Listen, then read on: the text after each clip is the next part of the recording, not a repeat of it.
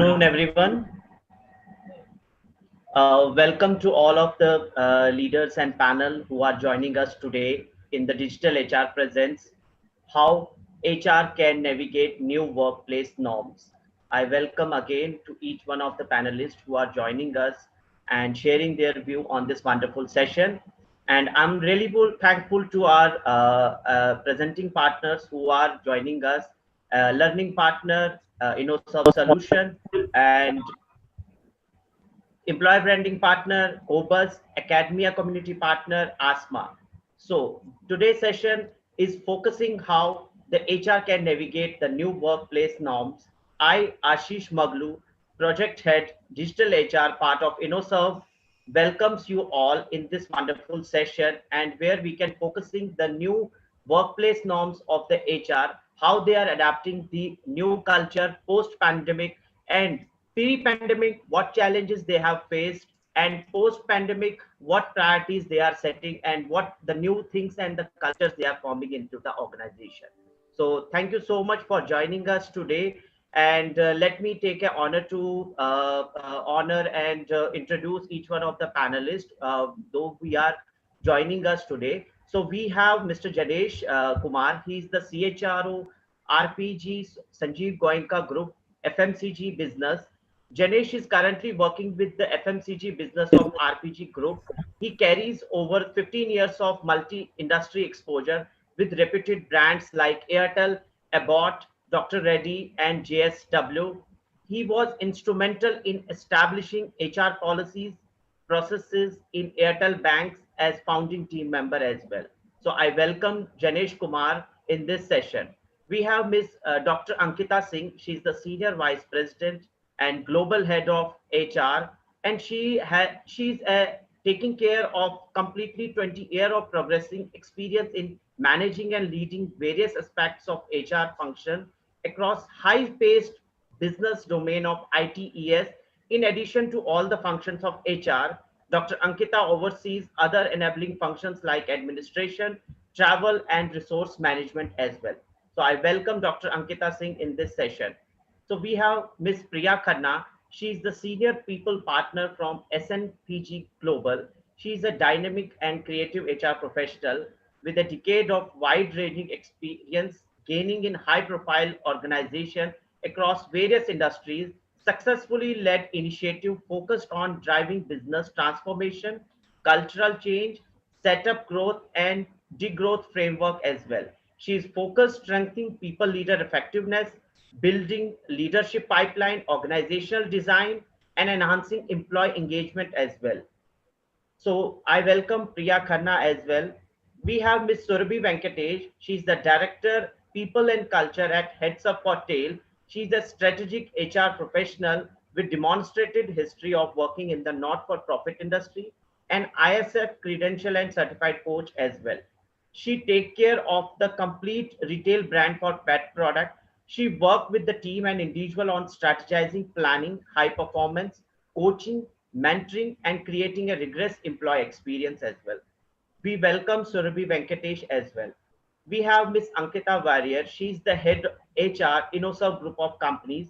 She's having experience of 8 as a core HR person in various industries like financial service, digital marketing, and consultancy. She worked on the building HR policy, complying to law, HR strategies, change management, resourceful decision making as well. She's also having experience as a panel member of governance committee in decision making against the fraud cases in the organization in finance service industries. So I welcome Ankita Warrior in this session as well. We have Mr. Manish Chum, who is the co-founder and CEO Learnify today, who is also moderating and leading this panel today. He's having more than 17-year experience in leading various functions in HR in India and international markets with the cross-industry exposure in technology, consulting, global logistics, telecom, and consumer durable as well. He's the founder of learning platform Learnify today, which focused on building managerial capability in organization. Manish has led people function in various HR, business partnering, and specialty role as led high impact business transformation initiative across the globe. While working with the cross functional team, He has worked in various organizations like Satyam, Airtel, Marsec, and Whirlpool as well. A certified change management professional, professional coach, and a storyteller, Manish has expertise in talent management, leadership development, cultural talent assessment, organizational development, HR process design, and facilitation as well. So before we stepping into the session, I would like to introduce the digital HR, basically what digital HR is into does and what we will be taking care of enabling the HR technology transformation as well. So digital HR is a leading community of HR professionals aiming digital transformation and innovation in HR practices. Digital HR is the community around digital transformation of HR services and process brought by InnoServ Group. Though thus, we are helping the HR professional learn, understand, and use digital technologies to drive business objective in HR. Among its many applications, one most important focused area that we have identified at digital HR is digital employer branding, as it has a tremendous impact on the entire value chain. So I would like to invite Mr. Manish to take and lead this session forward. And we really looking forward to for his view, and each one of the speaker also we are looking forward from their point of side as well. So Manish, hand over to you. Yeah. So thanks Ashish for a lovely introduction and a great context setting. And I think this session couldn't have come at a better time when our country is staring at a second wave of the pandemic. And this whole question of how HR can navigate new workplace norms, right? Now, when we talk about or when we use the word called new, this new doesn't seem to an end, because what was new about 12 months back was a different new 6 months back, and that is completely a different new today. So, looking forward to have a great discussion with all the eminent speakers. And as we go through the session, we will touch upon various aspects of HR and HR strategy, workplace norms. So, to start with, I would invite each of the speakers for their opening remarks on this topic, and they can share their view and some of the inputs from the organization, what is their thought process, how the organizations are leading in navigating the new workplace norms.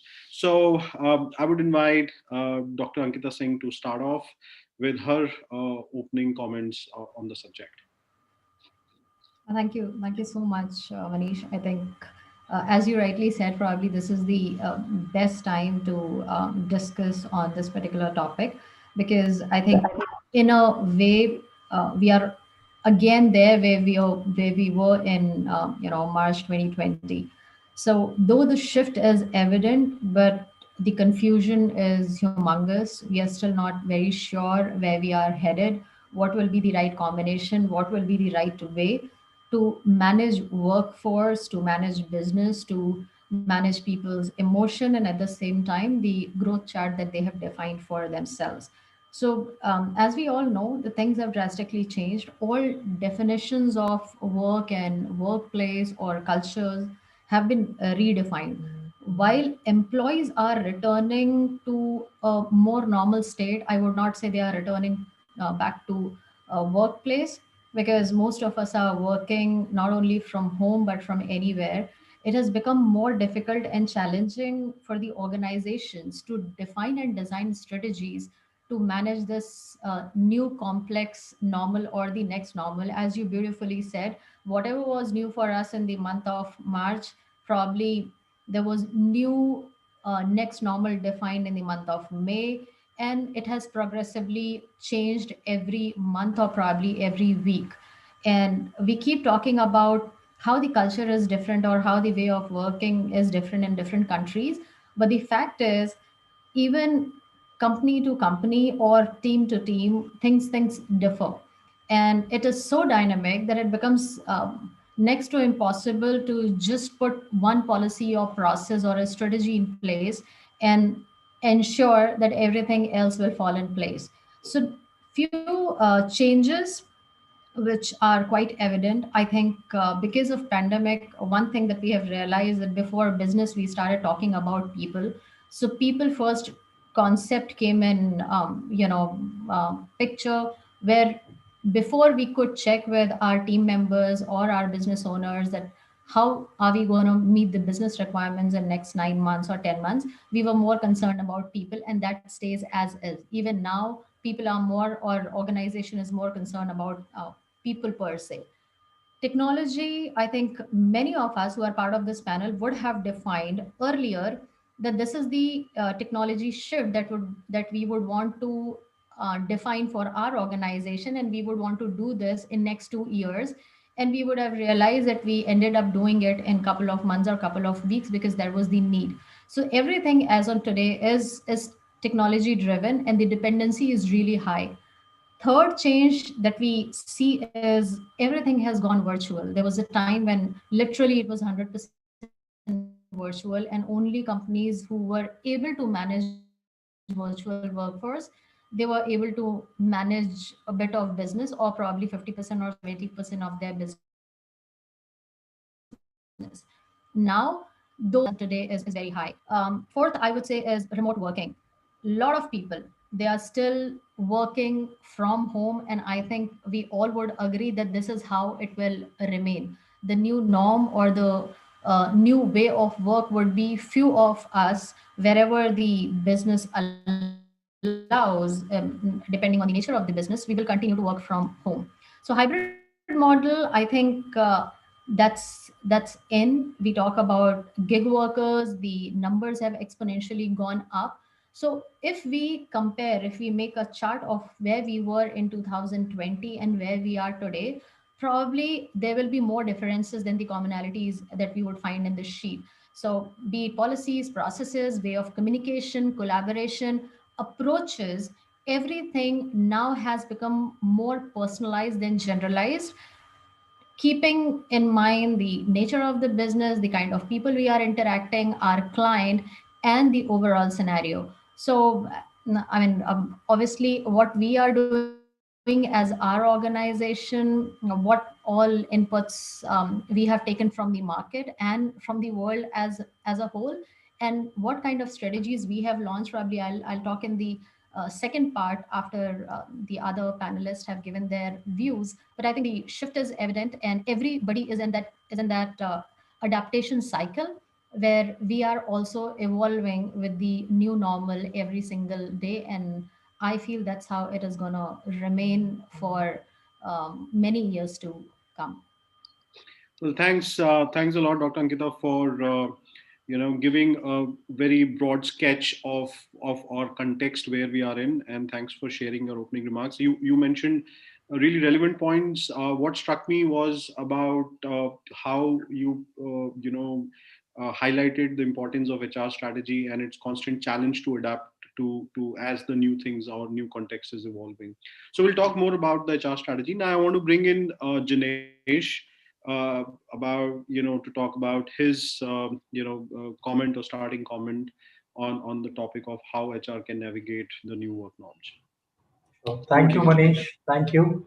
And I think Dr. Ankita has put the context very rightly, and she's touched upon all the important and relevant things which all of us as an HR are struggling with. Now, however, I look at this whole situation from a very sensitive lens. Now, all of us would agree that we are social animals, and now being in society, being in touch with each other is very, very important and fundamental on which we thrive. Now, this pandemic has challenged that fundamental. Right? All of us are missing that. And somewhere the overall HR strategy has taken a very, very sensitive, I would say, uh, turn, where we now not look at employees only from a policy perspective or the processes perspective or what benefits I'm offering to them, but how am I dealing with them in this scenario where most of them are going through a mental stress or trauma because of the pandemic outside, and hence the needs for which they look up to the organization and management has changed. because none of us have ever been in a situation where the fundamental on which human beings thrive is being challenged. And hence, now I would say uh, most of the organizations are turning towards mental health and well-being of the employees. Most of the organizations are investing and they are using technology to do that, but investing on creating occasions where they can replicate uh, uh, a virtual world of interpersonal relations where they can come together. Or they are trying to uh, create a virtual world of real world where we used to walk around and catch up someone over a cup of coffee or at a coffee bay. Those things are missing, and now we are realizing that while those were not planned HR interventions at any point of time, but non-availability of them and non-existence of them is giving a lot of trouble in the way the employees are behaving and the manpower is behaving. So I look at it from a very sensitive lens that somewhere we need to give little more importance towards this sensitive piece of how as a human or a social animal will behave and hence what are our needs. So let's go back to the Stone Age and how we developed ourselves and what were the things we picked up right when we were becoming little more humans. And I think we are traveling the same journey, maybe in a virtual world. And hence, we need to be aware of what we are dealing with. We are dealing in humans who are again, getting into a new era. So, that's broadly I would want to put in at this point of time. Well, fantastic. Thanks, Janesh, for giving a very different perspective to this whole dialogue. And as rightly mentioned, you raised the points with regard to the social capital of the organization, and how elements of culture, which is so prized and dear to HR fraternity in their respective organizations, and how this whole new normal is challenging the basic tenets of this concept. So a very interesting one. We will delve more into it as we progress through our discussion. Now, I want to invite Surabhi for her opening remarks about what does she thinks about this topic and how her organization is planning to deal with this. Over to you, Surabhi. Awesome. Thanks, Manish. And I think definitely resonate with what both Ankita and Janesh have shared so far. I think theoretically, if we were to approach it, I think that the way that we've really built on this is a balance of looking on the outside as well as looking on the inside, right? And the outside includes a combination of obviously figuring out what is the state of the environment outside, but at the same time thinking through what are new trends that are emerging, what are some things that we need to be mindful of. And the looking inside approach basically, focuses on thinking about the well-being, safety of our people, where are they in their journey, really, both personally as well as professionally, as well as what are our business requirements, right? And what is the business journey been? So I think the entire approach has been really to strike what we would hope is a perfect balance between the two. For us, very honestly, at Heads Up for Tails, and again, I don't know how many of you are familiar with the brand, but we are a pet care brand.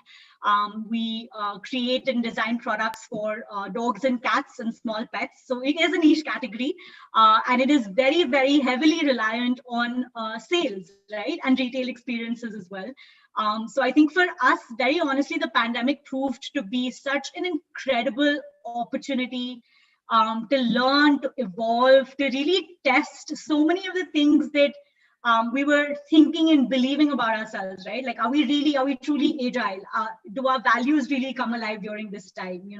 Are we really able to innovate? Are we really able to push past boundaries and figure things out very, very quickly? So I think for us, the pandemic, the last year has actually been just an incredible opportunity of learning, of evolving in very, very different ways.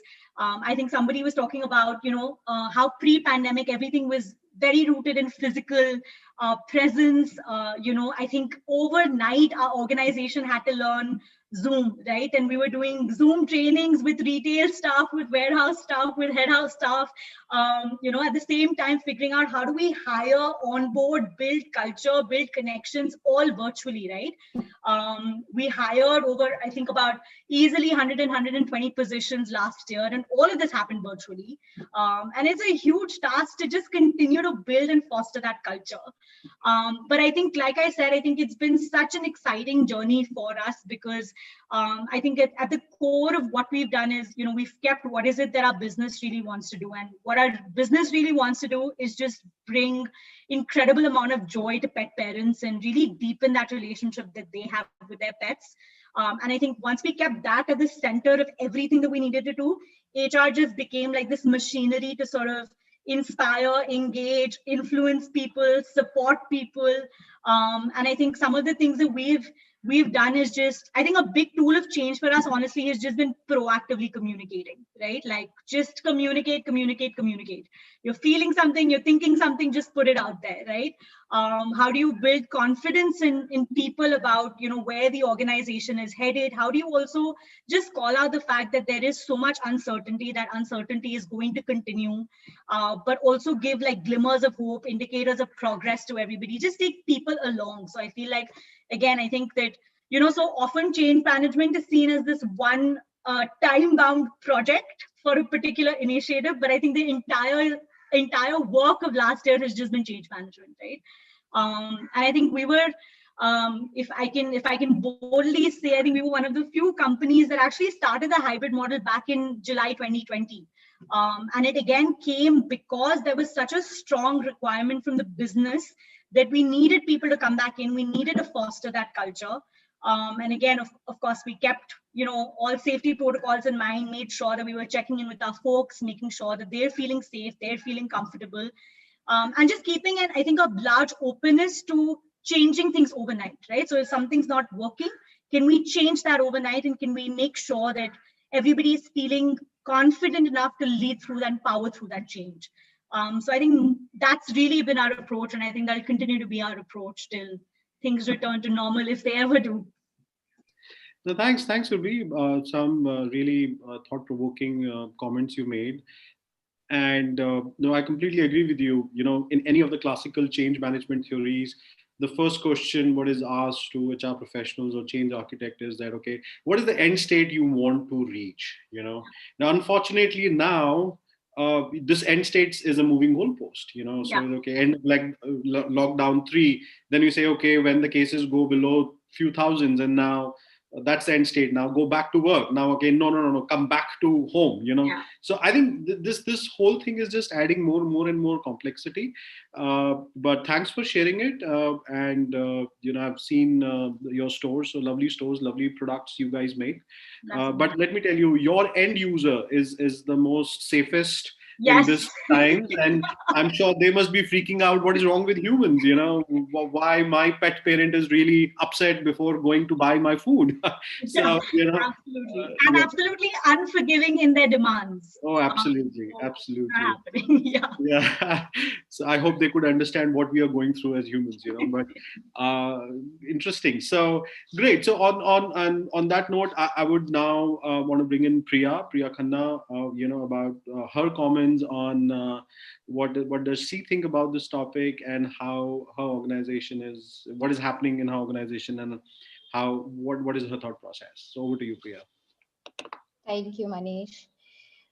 I firmly feel that the only way a business can survive in today's time is they work during a crisis with speed and to course correct all the time. So you go back, reintegrate, reboot your mindset, and design the organization which is ready to be flexible and which is agile and nimble. At S&P Global, we are constantly reflecting, re-engaging, recommitting, and rethinking and rebooting about our practices. We are going back, reintegrating our systems that have flexibility to respond to disruptions. We operate in a global environment, okay, and creating personalized solution for our people every time and everywhere has been a huge challenge. For example, different countries, say for example, US has responded to the change very differently. Similarly, Indian employees have responded to the entire change management process very differently. We leveraged on our diversity leaders, and we involved them in each and every step so that we can create a personalized framework that enables each and every employee from a different background. We have been very sensitive towards accommodating their needs. People first is a part of our culture. And during this entire process, what topped our priority was the well-being of our employees. I'm sure you all are very well aware that we are one of the top 10 GPTW certified organization in 2021 for health and wellness. I think that certification speaks volume in itself, what all level of initiative we have taken for our people at the organization level. We just been out there. We made sure that our people believe we are there for them in every step. Thank you. Thanks, Priya. Thank you so much. And again, you raised a very important point about wellness and well-being of employees. And I think thanks to this pandemic, I think this is the time when this particular aspect of employees is being talked about with utmost priority. I think somewhere before this also, it was one of the topic, but it never figured it out at the top of the ranks of the people strategy in terms of diverting that kind of investment in resources to this topic. So again, thanks for highlighting that. Now I want to bring in Ankita Warrior for her comments onto it in terms of what does she think and how does she think this entire thing being played out in her organization. Thank you so much, Manish.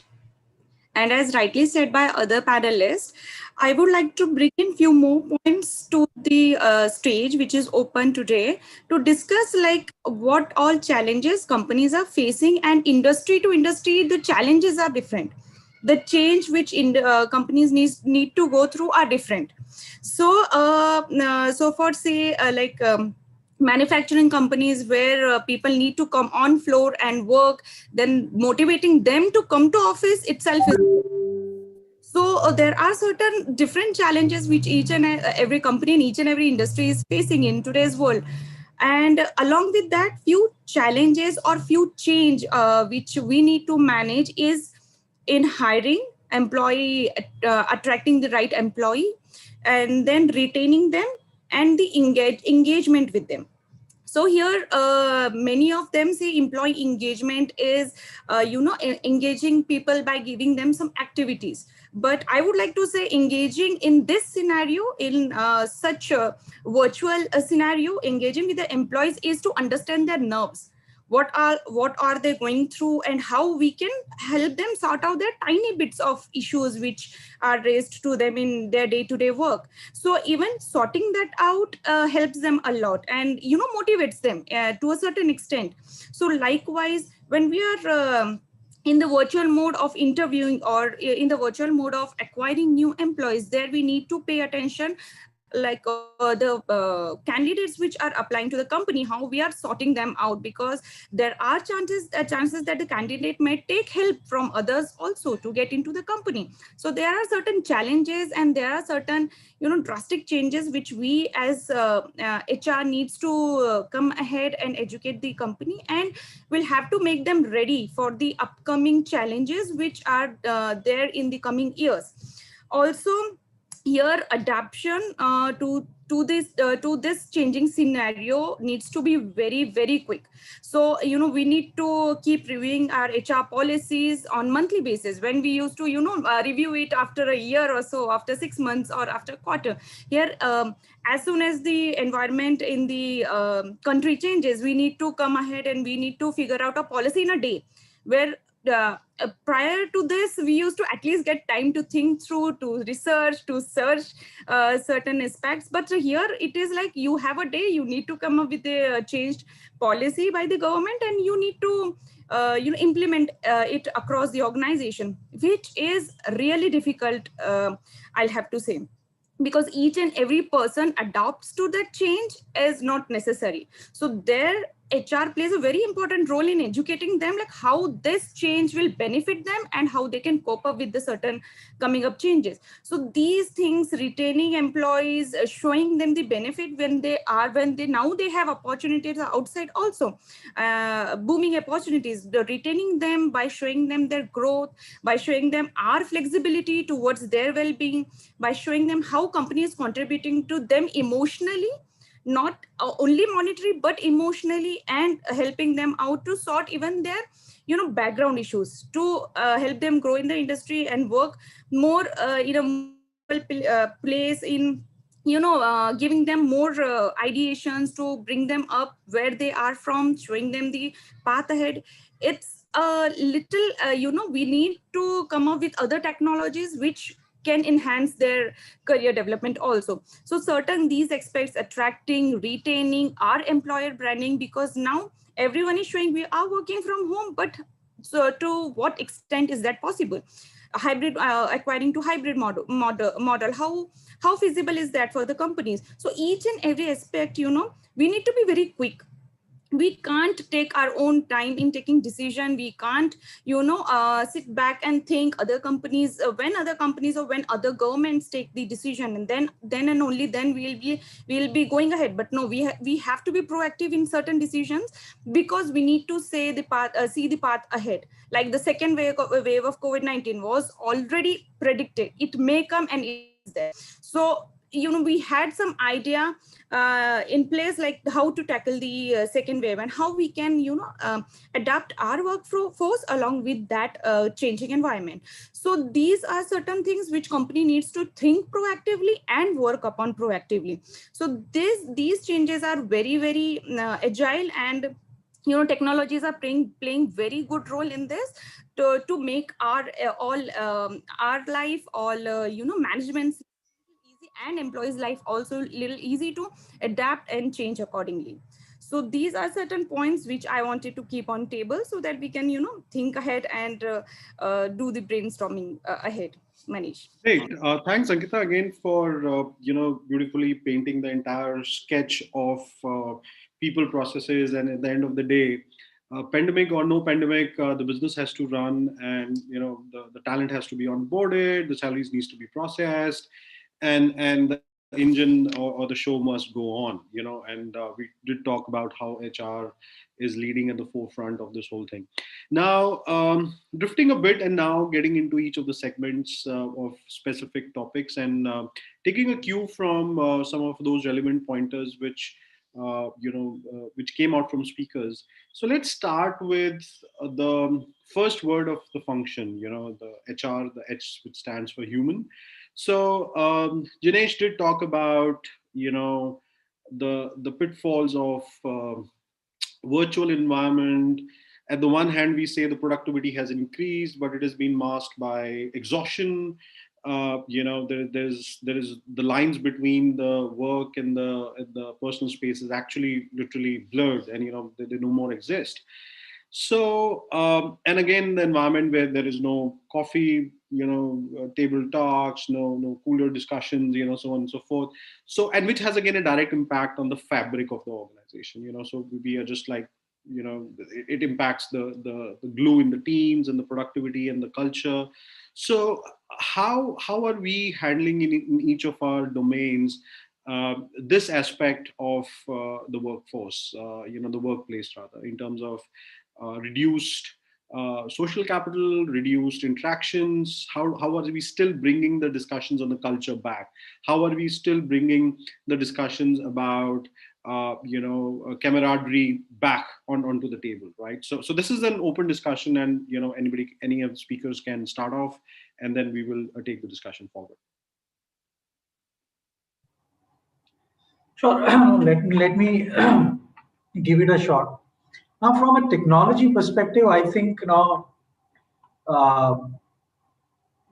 trend the young generation brought in terms of using WhatsApp or using those apps while communicating with their colleagues, friends, families, and all. So that helped a lot. So that was the base.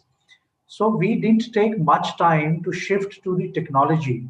The only shift which was required is to move from a very personal use of that technology into an environment which is very, very professional. And the moment it changes from a very personal to professional, now starting from the basic etiquettes to the expectations and the way the people, in a way, mask their they are masking their originality in any of the tool, technological tool, when they are communicating, when they are conversing. You never get to see the real self of them, and that becomes a challenge, especially from a human resource perspective, right? It was still easier for a team which once upon a time had the luxury of sitting together in physical face-to-face world, but it becomes really difficult, which we have seen, that if, let's say, there was a team of 3 or 10 members, and out of them 4 members have got replaced. Now these 4 members are finding it really difficult to find that space in that team. And the other team members are also, because of the technology version of the interpersonal relations, they are not able to connect with them. And hence we realize that they were never, in a way, really onboarded on the team, and hence they missed the warmth which used to come from the teams. Now, maybe over a period of time, during casual conversations and all, they would have exposed their vulnerabilities and become very, very open with each other, and then they find friends amongst each other, where they can crib about their bosses, they can crib about the environment, and then let it out. But that is not getting let out, and hence it became a challenge for us when we actually moved to the technology, which became really, really fast. Overnight, we moved to WhatsApp, which was anyway not a new thing for us, and moved to the Zoom apps and Teams and other such apps. But we somewhere were not ready for that virtual world impact on the softer aspects of the people who are dealing with that. And we'll still working around that. Now, one of the things which I want to talk about is, now we used to have those coffee and tea sessions. That tea for us is now changed from tea to technology, actually. And we are ensuring still that now at least there are core teams. For example, we are 6-member leadership team. We have made this ritual, which used to happen automatically earlier, that every Friday we will connect without any agenda. And no, 3 of us are new in that team, and 3 of them are older in that team. But because of these sessions, every week we have those sessions, and we somewhere find out some or the other thing which is to do with the personal life. That, okay, Janesh, how's your pet doing? Or no, how is your daughter doing? Yesterday was your daughter's birthday and all.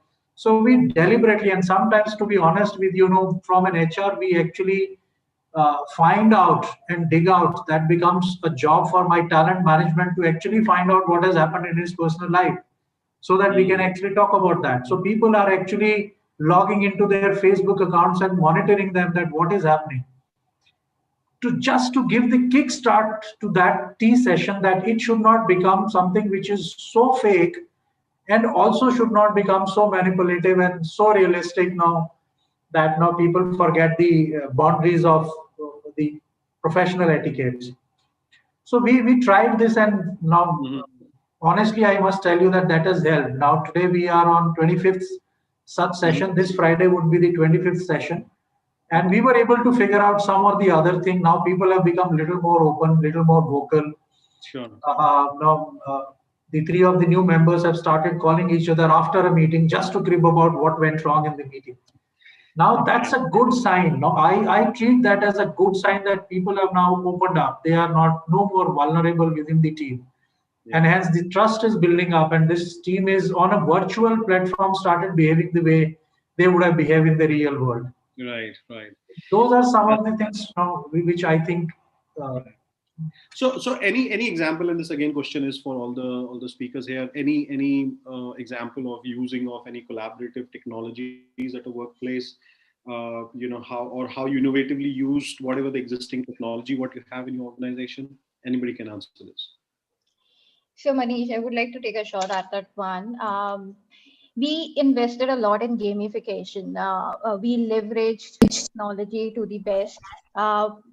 From happy hours, we did not have tea session. We had happy hours, to be very honest, on Friday evenings. We went the extra mile. We sent out the snack boxes to all our employees. We used our breakout zones, and we went ahead using frequent check-ins mechanism, which was purely driven at the people manager levels. And trust me, that was baked into their performance reviews. We leveraged on super animated facilitators. We used chatbots to constantly engage with the employees. We did leverage a lot on our life work model, which is our employee assistance program. We rolled out whatever best we could.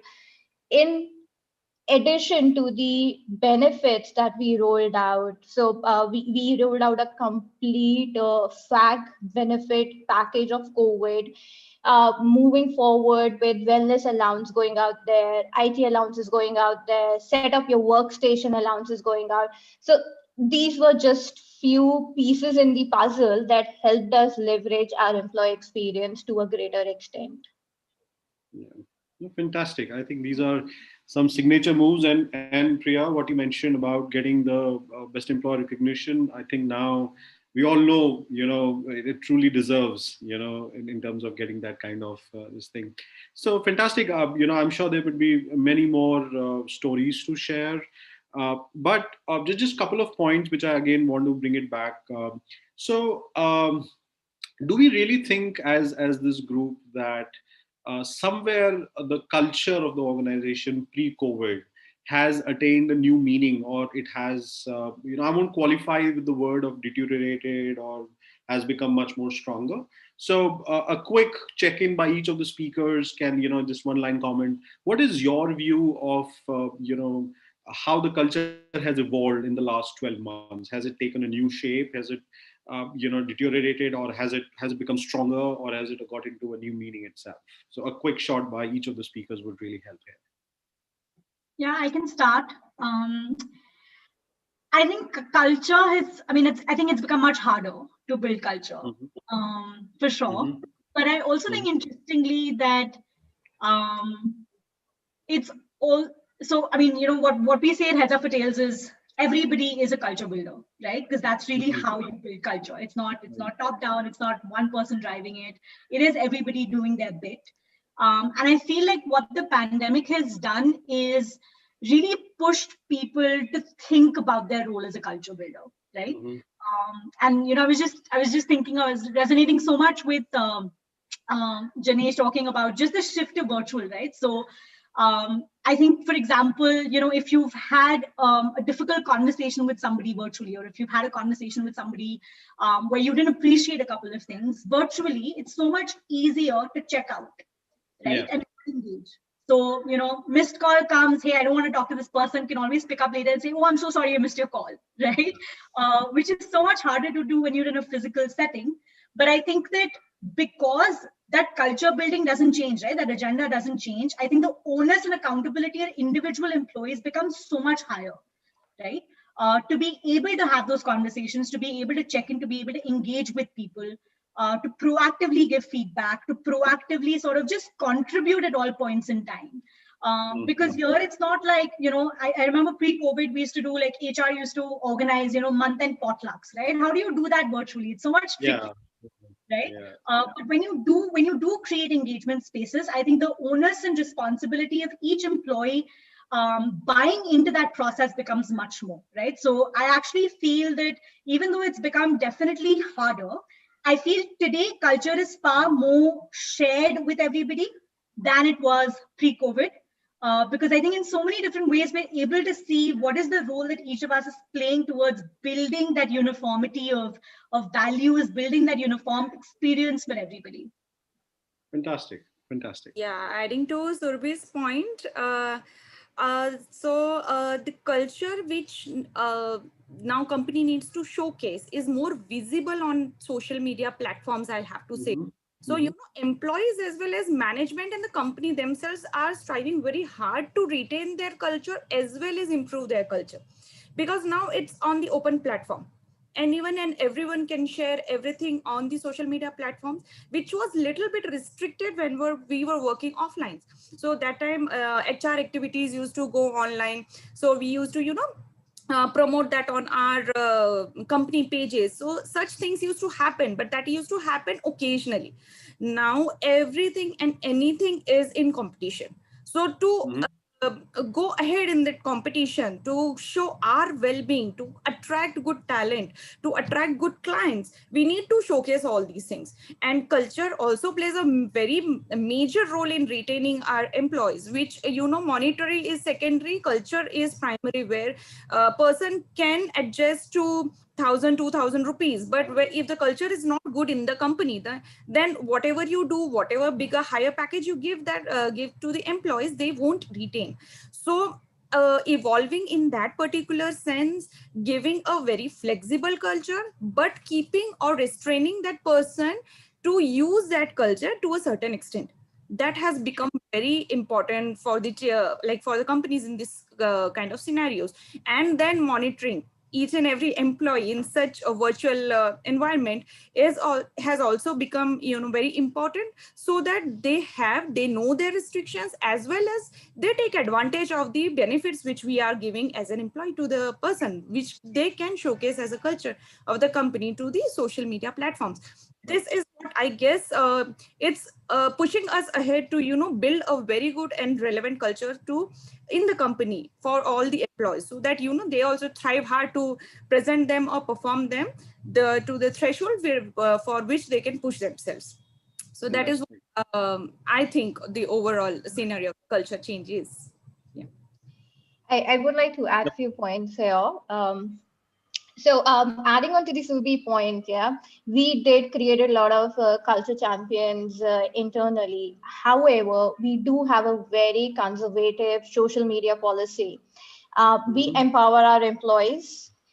We believe in restricting what we put out there on social media. So that's pretty much because of the industry differences that we are into. From financial services perspective, we have restricted communication out there happening onto our social media pages. Hence, for us, driving the culture was very challenging. We started creating a sense of belongingness. We rolled out the complete personalized agenda of feeling that you're part of the organization, you are part of the family. We started sending out, and we still do that. We're still doing that. We started sending out swag bags to add that emotional quotient. We played on to the emotional sentiments by involving the employee families, just by even sending a simple letter on New Year's went a huge mile for us. We continue to deliver a lot of employee engagement initiatives internally, from organizing a complete virtual Holi Mela for our employees to doing an annual happy hour kind of R&R for 2020. It was all great. The only point that I would like to make here, always remember, there is nothing common sense can beat. Yeah. So be sensitive to everyone. Let's not overdo it. Just keep it simple. Be easy. I think the more simple it is, the more better it is. So yeah. No, absolutely, Priya. So, anything from your side, Dr. Ankita? Yeah, Manish. I think like everything else, culture is also changing and evolving as we come across different situations and challenges. I strongly feel that the culture cannot be regulated alone by the leadership team or HR people or anybody who is held responsible to create and manage the culture of the organization. It is highly driven and defined by people, external factors, environment, and everything. And because everything is changing so drastically, everybody is going through different challenges. They all have their own different stories. which obviously cannot be put on a common ground, cannot be understood, and we cannot define one consistent culture for the organization, knowing that how variated it is. But one thing that I have seen, or if I primarily talk about my organization, after COVID, I think by default, because people have started understanding other situation, we have started practicing word, when we used to earlier just say that I empathize. I know we deeply understand the meaning of the word now, and we talk more of we than I. And when you talk about the current situation, I think acceptance level and adapting to a situation which is required to redesign or redefine the culture as per the need of market and people, it's highly evident, and that's probably creating and reviving and redefining the culture of each organization as per the need of the changing time. So yes, if I have to say whether it has changed, it has changed, and it will continue evolving with the requirement and with the pace people are moving and adapting to the changes. Fantastic, fantastic. So, I think moving to the next important topic, I think which really sums up and gives a good segue into the next section or the next topic is the importance of the processes, right? The importance of the speed or the need to ensure that the show must go on. And I think this pandemic really made HR, showcase itself or being present itself everywhere, right from a boardroom to a back room kind of thing. Everywhere we were there, in that sense. And interestingly, using of technology before COVID, there was a need to decentralize the processes, people managers owning it up, employees owning it up. And then with this whole COVID thing coming in, there was a huge need to centralize it because you need to gain and control over it. So how did your organizations handle this whole dichotomy of processes and ensuring that quick adaptation happens over during the COVID, and then involving all the stakeholders, employees, because employees also have to complete the process, the managers, the other functions. So how this entire piece was handled, and if you can share some of your case studies as well, which will really help our listeners or the viewers of this session. And anybody can start off. Maybe Ankita Warrior, you shared or opening remarks about the importance of the process and the speed. Maybe you can take a shot, and then we'll move around with the other speakers. Sure, thank you, Manish.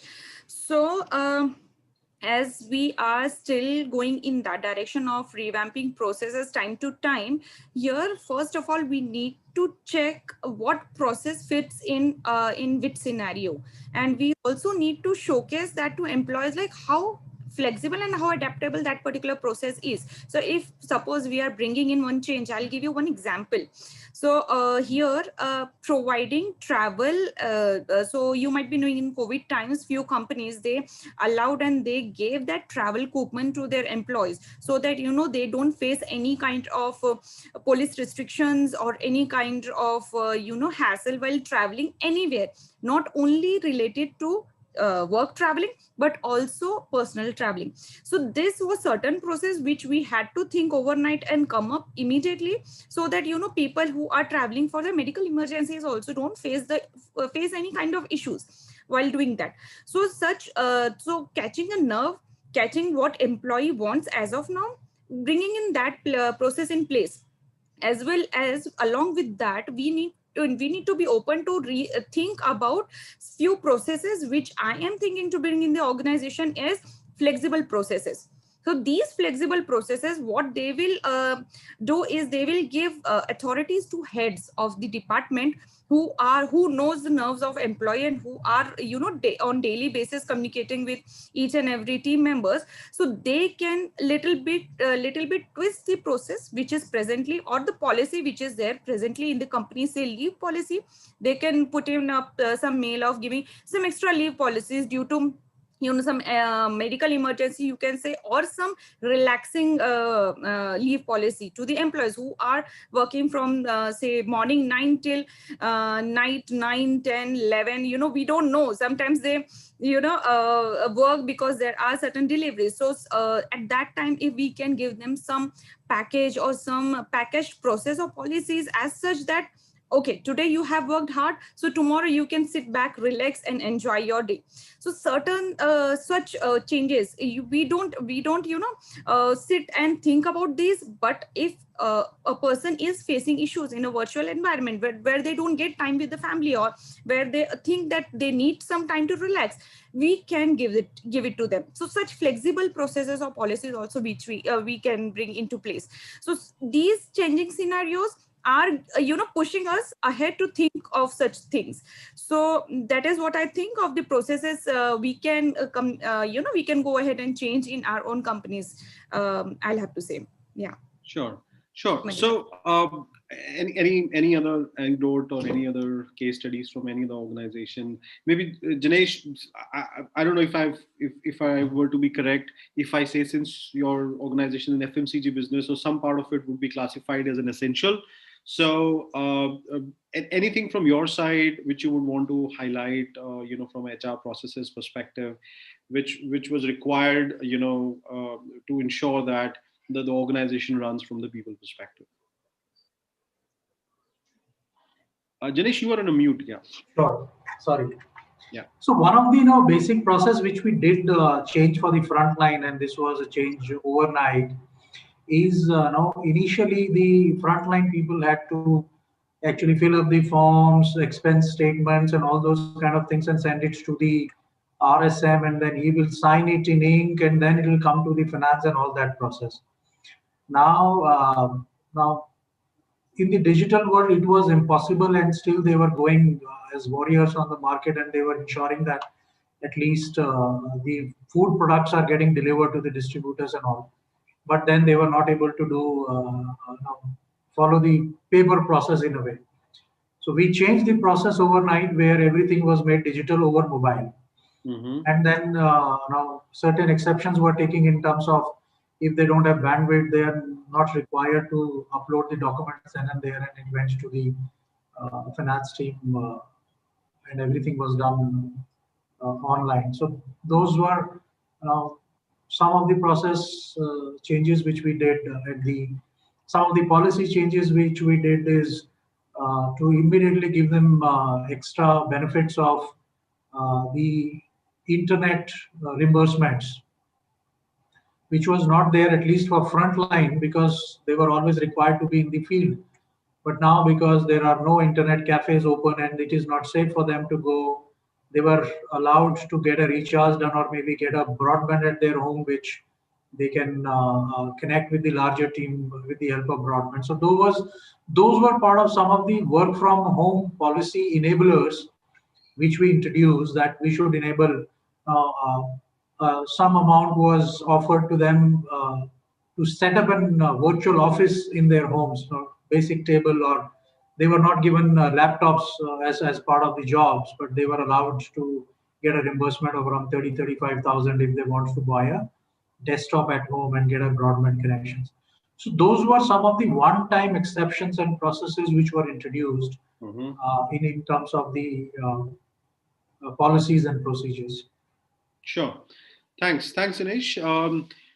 Now, I want to bring in a very important topic, which and the Women's Day just went by, so I'm sure this is very, we will be able to recollect very quickly. So there's a huge focus on inclusion and diversity, the principles and the mindset of inclusion. Now, this is something which organizations in India and across the world are really being focusing on, and is coming across as one of the core pillars of the HR strategy. Now, virtual environment throws a very unique challenge, right? Because people are not together. The whole inclusive behaviors on the digital world itself is a huge a new game altogether. People don't know, okay, what are the different modalities of communication, through different communication channels. So how do you feel somebody included? I can understand the diversity piece of it, because you can still focus on hiring the diversity candidates and you can still show that number ticking out there. But how do you manage the whole concept of fostering inclusion as a part of a culture in the digital world? And this is a very important question, because there are a lot of organizations, a lot of employees are keen to understand that. Yeah, I can start with that. So I think for us, it actually really stemmed down to how are we including stakeholders in decision-making processes, right?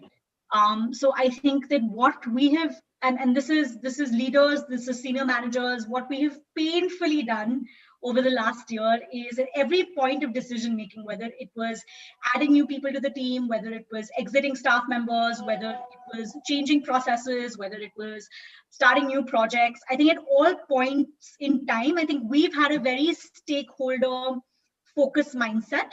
And what that has enabled us to do is really think about, okay, if this is the change that we're thinking of implementing, then who are the people who are going to be affected by it?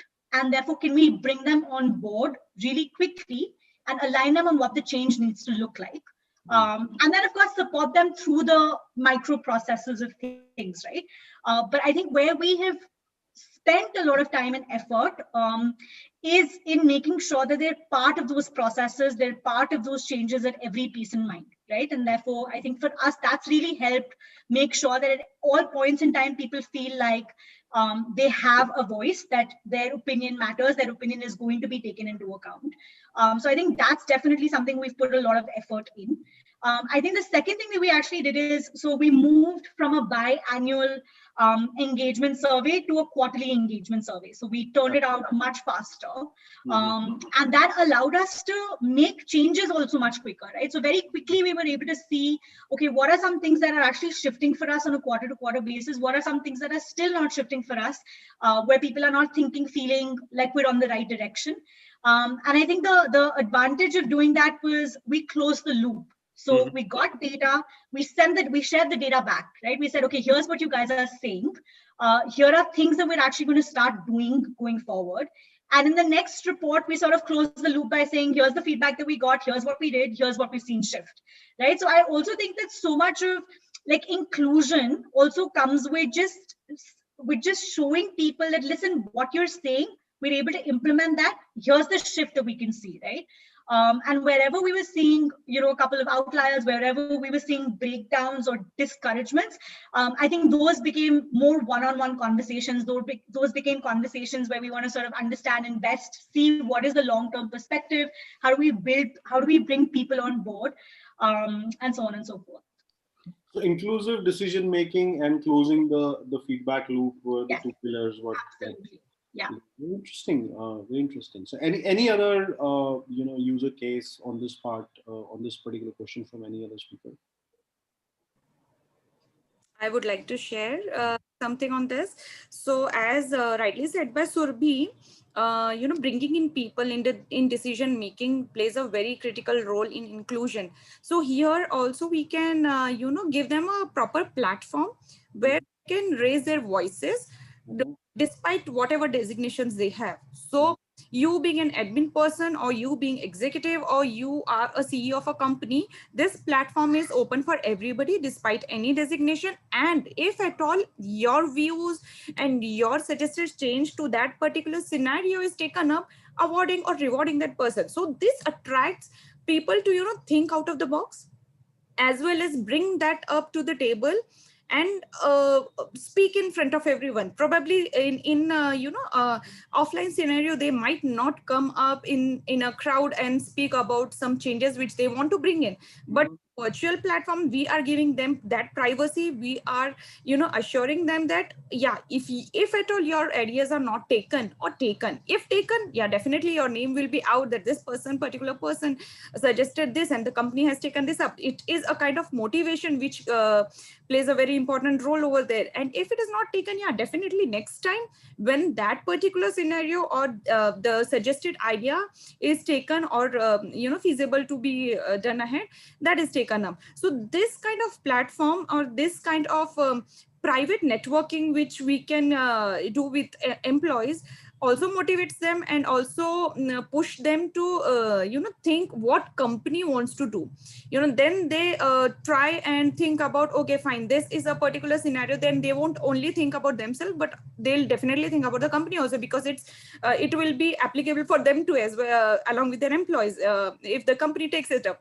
So such platforms and rewarding them for bringing up the ideas also motivates them, and give them the strength to come in the open forum and speak, or if they don't want to expose them to the forum, they can come in individually and speak to us. So these kind of small initiatives make them feel invited, and here we can ask new joinees or tenured employee. All the employees can be considered in this. So even the new joinees will feel like, okay, fine, I have joined like just 1 month back, but still HR department or the management is asking for my views. So even they think about it, and they feel that they are invited in the particular company or the particular family we are working for.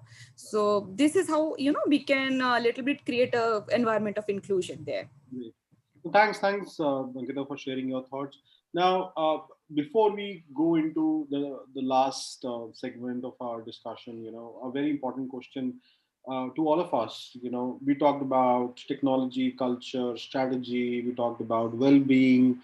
We talked about communication as well. And there's a famous saying that people don't leave their organizations; they leave their bosses, right? So in this virtual space, this whole saying gets a very new meaning, right? This is the first time wherein you don't happen to see your boss for months together. This is the first time either you are receiving too many calls from your bosses or a boss. And if you have matrix relationship across the time zones and different cultures, I mean, trust me, you are really managing a hell lot of a change out there. So the importance of managers, or the importance of people leaders, right, has come to the fore from either a capability building perspective, or from ensuring that culture is there, because all the things what we talk is actually personified by the last touch points, which is by the managers to their employees, right? So how this important aspect of ensuring the continuity and ensuring all the key pillars of HR strategy or the processes is remain intact. How your organizations or you as individual leaders have focused on ensuring a continuous focus on the managers, the people leaders. So how have you done it? And then your comments are welcome, and anybody can start your comments. I'll start, Manish. Yeah. So if I talk about CIGNEX, I think what we have done, or I think in general, if I say, HR has always worked in with a concept that I am supposed to take care of people because we are human resources. The team is such that I'll take care of their training, I'll take care of their well being, I'll take care of their salary, all their queries. They should come to me. When you are in such a situation, which is more like a crisis situation, it's really important that you get all the managers and you ensure that they believe that they are part of the team. It's more of a neutral approach where it's not only confined to HR, they also take it as a shared responsibility, because communication. So suppose a lot of organizations, they didn't do appraisals, right, because of the COVID situation. Now imagine HR person conveying that you will not get your appraisal this year, or you will get it after 6 months, or your percentage or a hike is less because of so and so reason. It is so very difficult to connect and understand for that employee, because it's coming from a person who doesn't even know about your performance, how you've been doing, what you've been doing. It becomes really helpful if it goes directly from the manager. So when we talk about communication, why something is happening in the organization, what are the ways it will be implemented, how it will impact a particular team or the entire organization, how long will it take to come back to a neutral or a normal stage. If it is communicated, if it is conveyed rightly by the reporting manager, I think it really helps. So that's the first step that we have taken. We have we have taken away the cap of HR per se from the HR people, and we have told everybody that we are all people person, and they hold the equal responsibility, because we strongly believe communication, transparency, a roadmap of the individual or the organization or a team, understanding the situation and responding to in a particular manner, or adapting to a situation or empathizing with the employee situation and handling it in a better manner, it will always be done in a much better fashion if it is done by the manager and HR and other people, which will also include peers and senior management, and they are all in sync. So connecting the dots is really important, and I think that's what we have done. We have a program which is care program for CIGNEX, and that has extensively helped, because we are designing and understanding the processes, but the ownership is shared with all these stakeholders. All right. Great. So maybe from a global organization, which has a global footprint, Priya, I mean, I'm sure you would have a different kind of challenges out there, especially when you might have few managers who are outside India, of people managing in India, or vice versa. So how you, or can you share your experiences on that front? So we stood by our people managers and people leaders. We covered them up. We empowered them. We took them through a training program. We created a playbook. We leveraged predictive people analytics rather than having a reactive analysis. We identified, managed the flight risk while employees were working remotely. We were part of every talent conversation that was happening out there. So the team on the ground were full on, and we did it together as one team. So yeah, that was our success mantra for keeping everything intact. What goes out there on the ground. So yeah. Sure. So being together in it always, is there. Great. So great. So that brings us to an end to the discussion from a themes perspective. Now we will move into an interesting last segment of our session, which is speaker for a speaker kind of thing, wherein one speaker would ask question to other speaker, and we have 4 speakers here, so we can start with anybody. We have to just make sure that each speaker is covered in terms of asking the question and responding to the question as well. So a quick question and a quick response. And I would request any of the speaker to take the first question or ask the first question. I would like to go first. Yeah, Ankita. Janesh. Yeah. So yeah, my question to the panelist is how we can tap on the training need requirements when we are working completely virtually. So there, extracting the performance related drawbacks of the employees and then converting it into the training needs, how we can do it virtually is a little bit, challenging, which I would like to know it from the panelist, any of the panelists. You may want to pick a panelist here. I'm sorry, I don't want to put you on a spot, but still. Yeah, I guess Surabhi. I guess Yeah. Surabhi. Yeah, thank you, Surabhi. Yeah, I think that's a great question. I think we were figuring this out ourselves. We have a solution that's contextual to us, but let's see how it works out.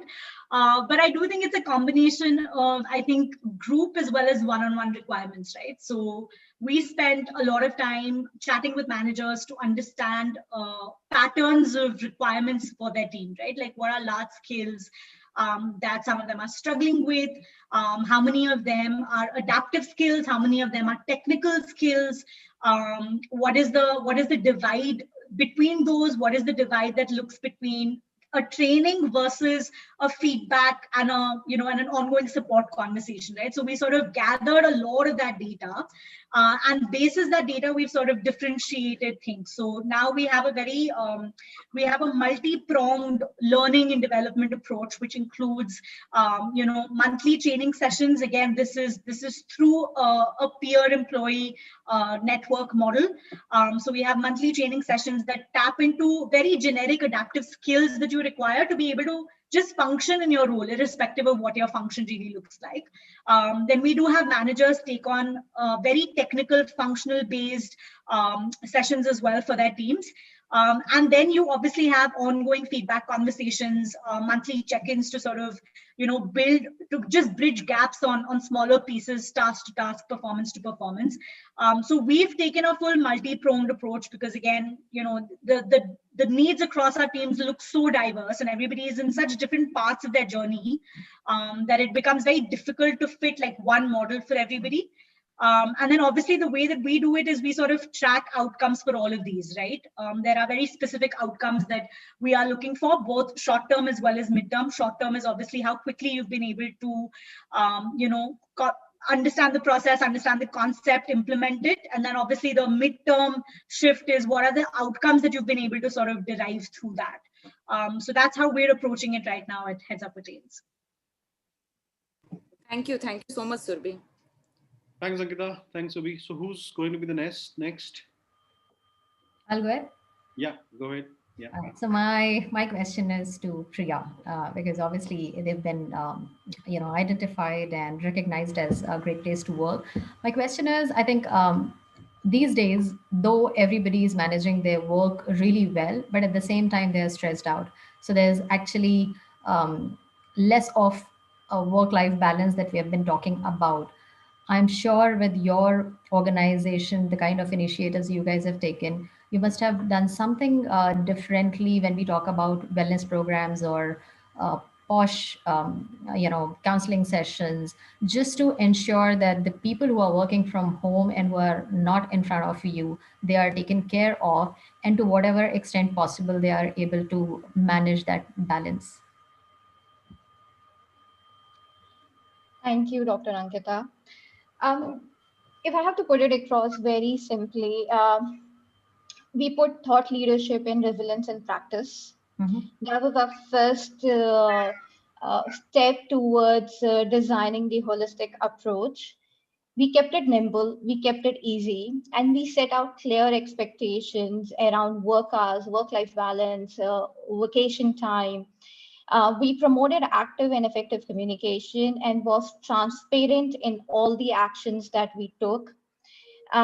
We built a remote playbook and trained our people in the remote skills. That was really one of the milestone initiative of the last year.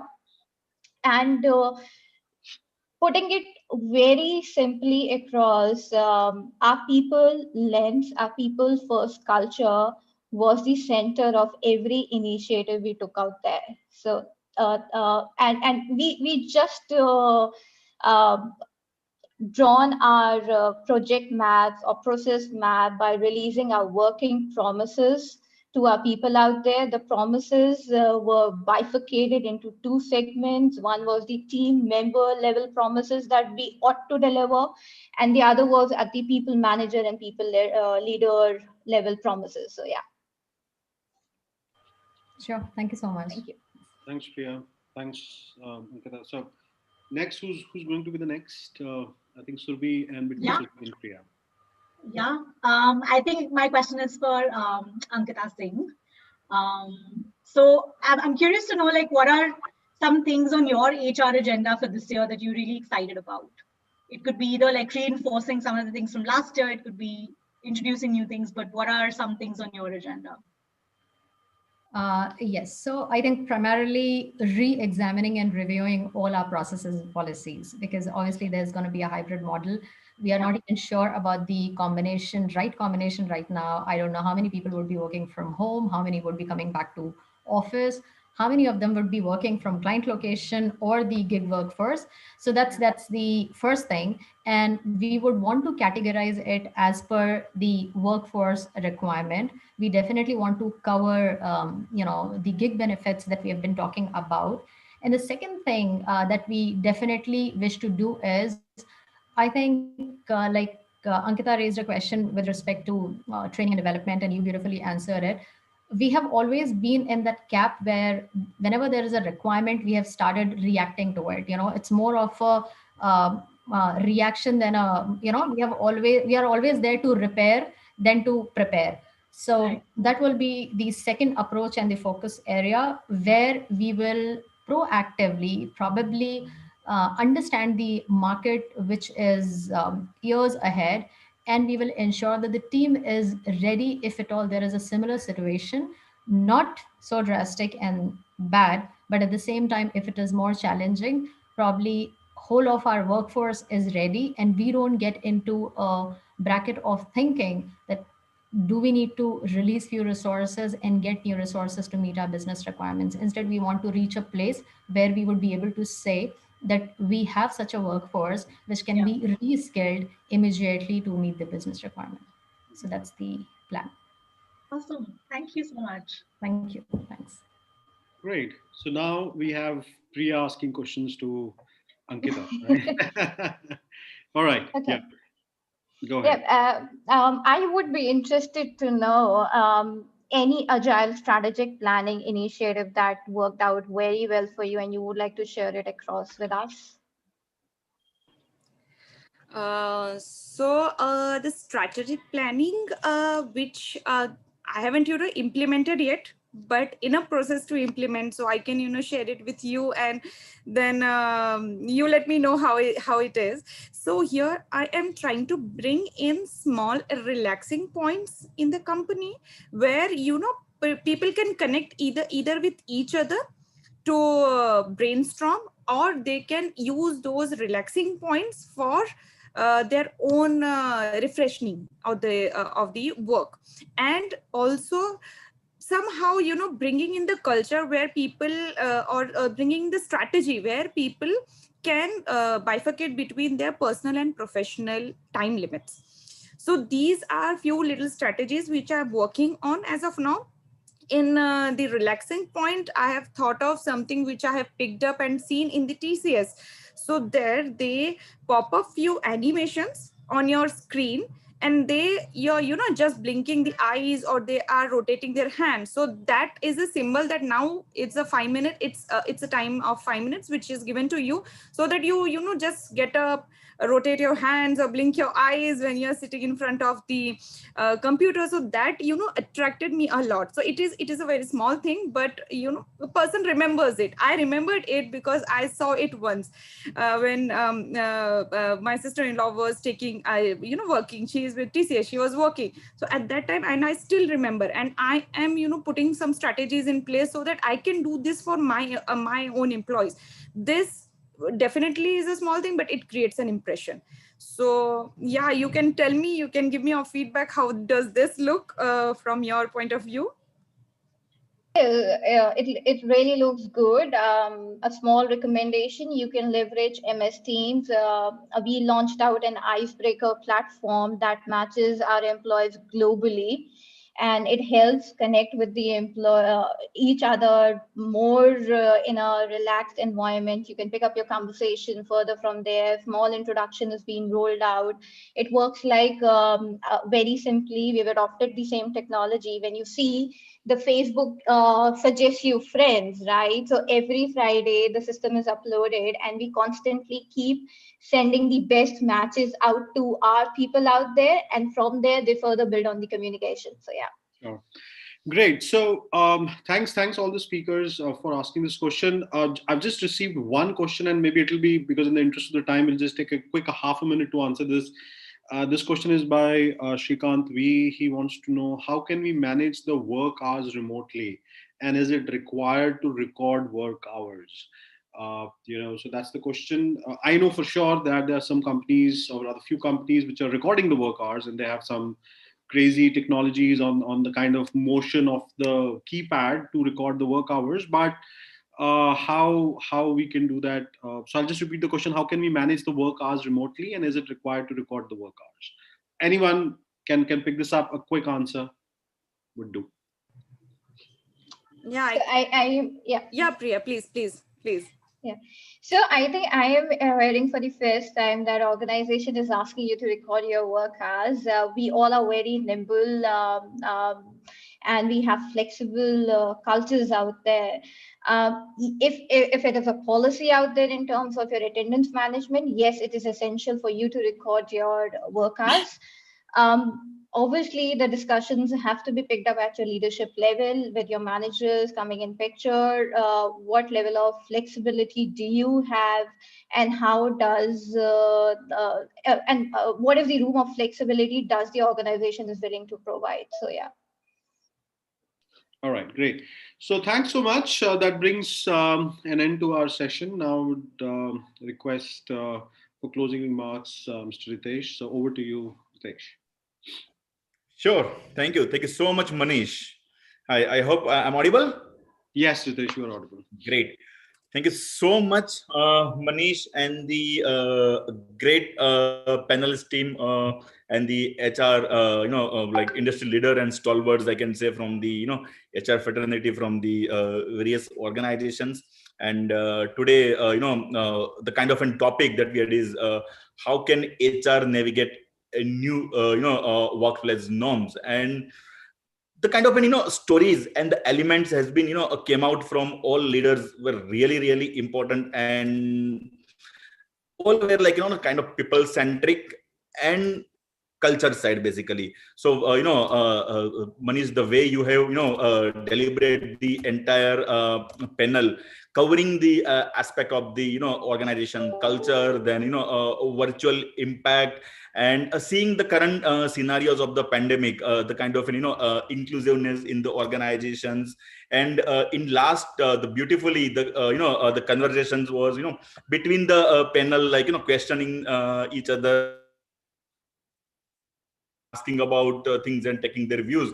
Is really amazingly it has been worked out in entire sessions. And if I can talk about every all leaders basically here. So Janesh is left, but he talked about the kind of mental wellness, the emotional wellness, and the kind of the investment on this towards the people basically. It's really important in opening remarks that he has mentioned about the virtual world, and very importantly T2 technologies, the kind of experience that he has mentioned, like how T2 technology has been converted, and how what impact is coming there. And on the processes side, he has mentioned about the work from home enablers, like internal internet allowances, then arranging the decks for the employee. So it is completely a kind of an people centric approach this is talk about, and I'm sure the people audience will definitely take the advantage and learn from this particular part. If we talk about Dr. Ankita Singh, so in the opening remarks she has mentioned about the 4 important points, and if I can just repeat it, it's like people first in this current trend and scenario was really important. Second, she talked about the technology shift, then virtual operations, and remote working and hybrid work environment, like how companies should shift on this particular model. Amazingly it has been discussed and elaborated by her, even like redefining the culture on the cultural aspect side that she's talk about, and communication through the managers to team and care program that they have internally launched in CIGNEX was really helpful for me, as well as I'm sure for the audience also. If you talk about the Priya, she has in opening remarks she has talked about the wellness and well-being, change management, people first culture. Amazingly, the way she has explained, and on the policy side, like she has shared her experience about the gamifications, then breakout session, chatbot to communicate with each and employees, then wellness allowances. So these are really important aspects and elements whenever global organizations are sharing their experience. And yeah, even HR handbook that you talk about, it's really resonating to the current in virtual environment. Superb, Priya. And Surabhi, like Surabhi is mentioned in the opening remarks beautifully about the hiring virtually, then virtual culture, proactive communications with the employee. It's really important, because what are the certainty and uncertainty on the organization. To know the employee, it is very important, and sharing such kind of inputs will really helpful for other people also to drive their workforce basically. And of course the inclusiveness for the decisions making process that she talk about, taking the opinion from people, amazing. We got good inputs from Surabhi. Ankita from InnoServ, we talk, initial, remarks that very beautifully that she has mentioned about the, basic points about the hiring, retaining, and engaging with the employees on virtual way, and even educating the employees on revamping the HR policy on periodically, and showcasing entire culture on social media. So overall, if I say, Manish, like the entire session has been deliberate really well, and the kind of employee experience, employee engagement, capability enabling, all these points that you brought up in the discussions was really a great learning for us and the entire audience. Thank you so much for arranging such a beautiful session, and we really got a lot of insights from you all leaders, basically. Thank you so much to audience, listening us patiently, and having up here for the Digital HR Forum. Thank you so much for this session.